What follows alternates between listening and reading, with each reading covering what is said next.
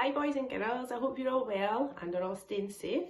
I've got another little story for you, so I hope you like it. It's called The Squirrels Who Squabbled.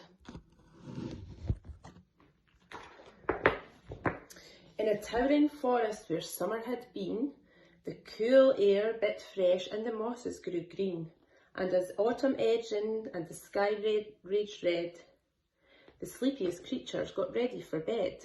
While up in a tree swung a flighty young squirrel who everyone knew as spontaneous Cyril.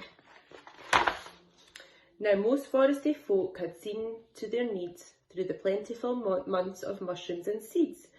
They'd built up their stores so they'd all be well fed through the frosting of winter that glittered ahead. But Cyril, he lived in the now and the here. He'd adventured and parted his way through the year. So his cupboard was empty, his hollow was bare. He hadn't a mouthful of food anywhere. But wait, what was that? Over there, take a look. A single lone pine cone wedged in a nook.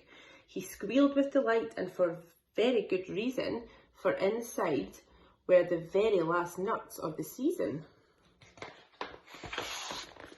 But Cyril wasn't alone. There were more hungry eyes. Yes, plan ahead Bruce had his sights on the prize. Though he'd gathered a mountain of bounty hard fought, Bruce was convinced he was one pinecone short.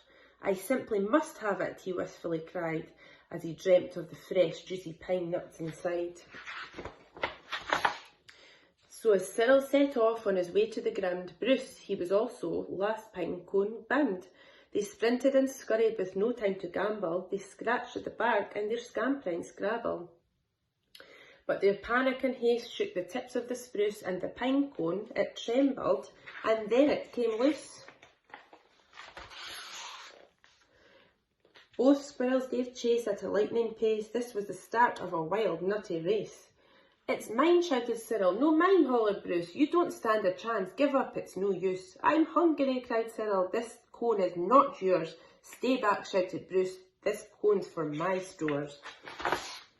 It boinged over bushes and flew through the air. It binged on the nose of a slumbering bear. It bounced over boulders, then came to a stop, then teetered and wobbled and quivered and plop. Both squirrels followed. Oh, the water was fast. Would they learn that they needed each other at last? But each was intent on how he could win, so they didn't quite notice a bird sweeping in. Cyril and Bruce, they watched in dismay as their cone disappeared, up and away. Come back, shouted Cyril. There are nuts, exclaimed Bruce. But all hope was gone. It was simply no use. And meanwhile they drifted right up to the ledge. Greed, it was driving them over the edge. Cyril and Bruce, they had taken a fall. They were paying the price for wanting it all. They'd squandered their chances to team up and share. Would their nutty young hopes simply end in despair? Bruised and bedraggled, they swept past dry land. Cyril grabbed at a branch with a trembling hand. Catching Bruce with the other, he heaved and he huffed and dragged him to safety with panting and puffs. They stared at the sky, quite lost in deep thought, until Bruce looked at Cyril and let out a snort. How silly we are, he proclaimed, all a jiggle. How greedy I've been, spluttered Bruce with a giggle. We shall change from today, may the squabbling cease. We should celebrate, seeing we're both in one piece.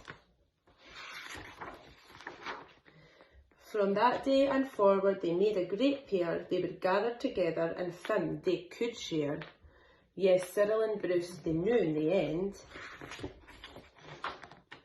the best thing to share is a laugh with your friend. See you all soon. Bye.